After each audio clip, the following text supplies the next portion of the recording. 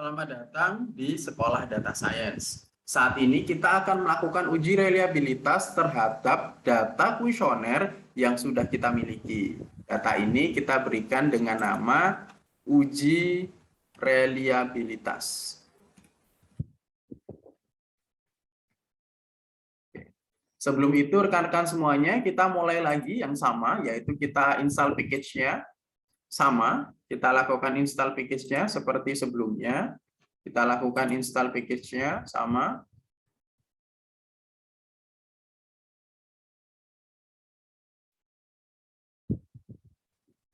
Oke, kemudian jangan lupa kita mounting ke Google Drive kita datanya. Ingat mounting sampai muncul data drive-nya ya, rekan-rekan semuanya, karena datanya sudah kita masukkan. Nah, seperti ini. Kemudian selanjutnya kita akan memanggil file yang diupload. Kebetulan file yang kita upload adalah yang sudah diedit datanya, yaitu sudah dihapus data untuk KK2, 3, 4, KK, oke, KK 3, 4, 5, 6 sudah dihapus, yaitu pada data teaser revisi ini. Kita tinggal copy paste, kemudian tengah ini kita hapus. Oke, kemudian kita Ctrl V, kemudian kita panggil datanya. Nah, sudah panggil datanya seperti ini. Selanjutnya, sekarang kita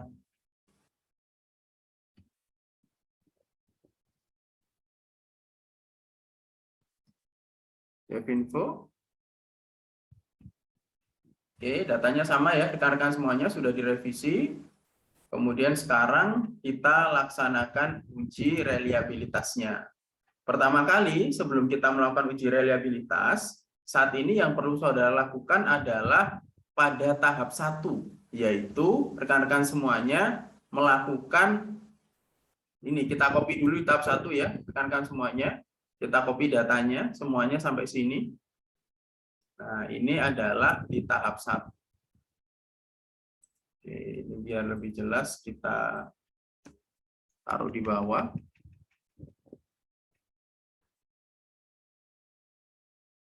Tahap satunya di sini, kita copy dulu datanya semuanya. Kita copy.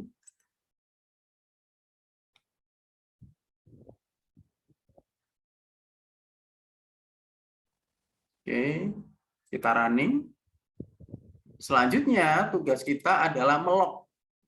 Bedanya rekan-rekan semuanya ketika saudara melog data uji reliabilitas, yang kita log adalah hanya sampai masing-masing indikator, tidak dengan nilai totalnya. Beda halnya ketika saudara dengan uji validitas, misalnya saudara bisa lihat di sini uji validitas adalah seluruh datanya sampai misalnya di sini adalah di log. Nah, di log sampai X2-nya. Beda halnya dengan saudara ketika melaksanakan uji reliabilitas. Ketika saudara melakukan uji reliabilitas, yang kita log di sini hanyalah seluruh indikatornya saja. Berarti di sini adalah di YV1 sampai ke YA6. Y totalnya tidak kita pakai di sini. Jadi yang kita log adalah YV1 sampai YA6. Karena di Google Colab ini sangat-sangat rentan sekali dengan huruf besar dan kecil, sehingga saudara bisa copy di sini dengan klik di keyboard Ctrl+C, YA6 ini, kemudian kita ganti di sini lognya ini, Y totalnya dengan YA6, nah kemudian kita log, kita tambah lagi datanya, oke, DF head 4 misalnya.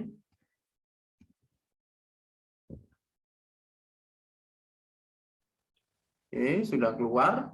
Nah, sekarang karena tidak dimasukkan totalnya, sekarang kita hitung berapa sih nilai reliabilitasnya. Reliabilitasnya adalah kita masukkan di tahap 3 ini. Oke. Sekarang tinggal kita paste di sini. Kemudian kita lihat. Nah, di sini adalah nilai reliabilitasnya sebesar 0,951, di mana ketika nilai reliabilitasnya ini lebih dari 0,6, maka dikatakan bahwa kuesioner kita sudah dianggap reliable. Langkah-langkah ini akan sama ketika kita melaksanakan uji validitas. Kita akan mengulangi lagi dari awal, tapi hanya sampai pemanggilan datanya saja. Jadi rekan-rekan semuanya cukup kita scroll ke atas, misalnya di sini. Oke, kita panggil lagi datanya. Kemudian saudara bisa log di sini. Jadi kita panggil datanya, kita Ctrl C. Karena sebelumnya sudah kita log ya. Sekarang kita Ctrl V, kita panggil lagi datanya.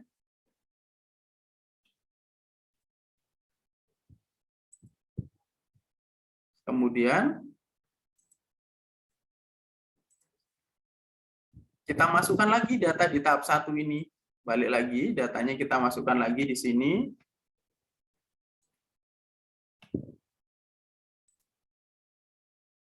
Oke, kemudian kita masukkan ke tahap 2, yaitu log posisinya.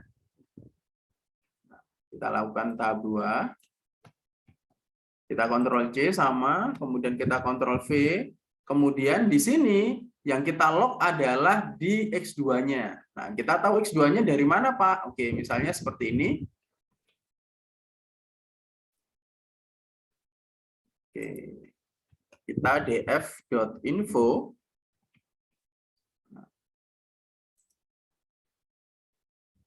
Oke, di mana X1-nya adalah kita masukkan dari LK1 sampai LK12. X1 totalnya nggak pakai, karena yang sedang kita uji adalah reliabilitas dari LK1 sampai LK12 saja, sehingga reliabilitas dari masing-masing indikator.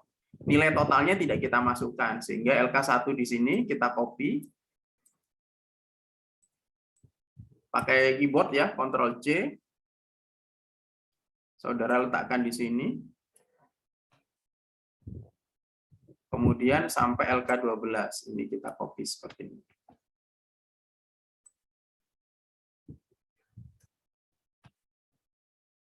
Kemudian kita running, sudah keluar. Kemudian kita tambah code-nya, kita masukkan sama seperti tadi, yaitu tahap ketiga, yaitu uji reliabilitasnya. Berapakah nilainya?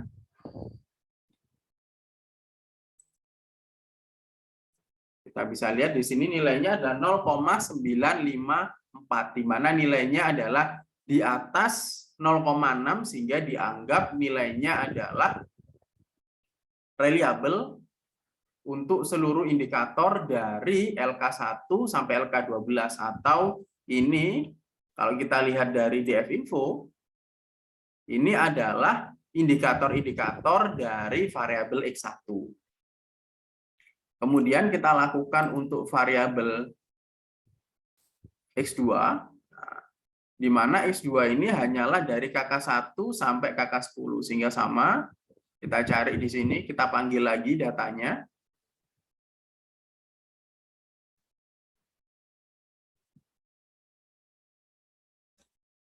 Kita panggil lagi datanya, karena kan tadi sudah di log, ini kita harus pakai data baru lagi.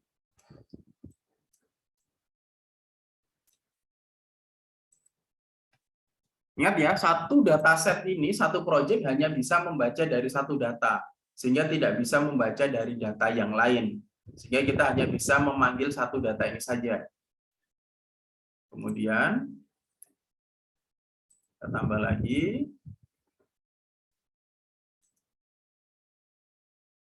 Kita masukkan tahap pertama. Oke.